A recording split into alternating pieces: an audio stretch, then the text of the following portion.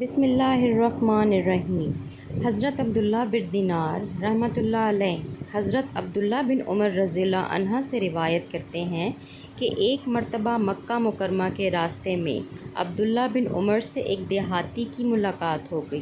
عبداللہ بن عمر نے اس کو سلام کیا اور اپنی سواری پر بٹھایا اور اس کے اعزاز و اکرام میں اپنا عمامہ اس کے سر رکھ دیا۔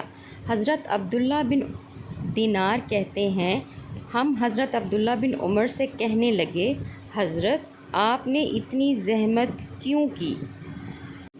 حضرت آپ نے اتنی زحمت کیوں کی؟ یہ دیہاتی لوگ ہیں، تھوڑی سی ہمدردی، سلام و کلام اور دو میٹھے بول ہی سے خوش ہو جاتے ہیں۔ حضرت عبداللہ بن عمر نے فرمایا، اس کے والد میرے والد سے بہت محبت کرتے تھے اور بے انتہا محبت کرتے تھے، اور مجھے رسول اللہ صلی اللہ علیہ وآلہ وسلم کی وہ حدیث ابھی تک یاد ہے جس میں آپ نے فرمایا ہے، سب سے بڑی نیکی بیٹے کا اپنے والد سے محبت کرنے والوں کے ساتھ صلہ رحمی کرنا ہے۔ سبحان اللہ، جزاک اللہ۔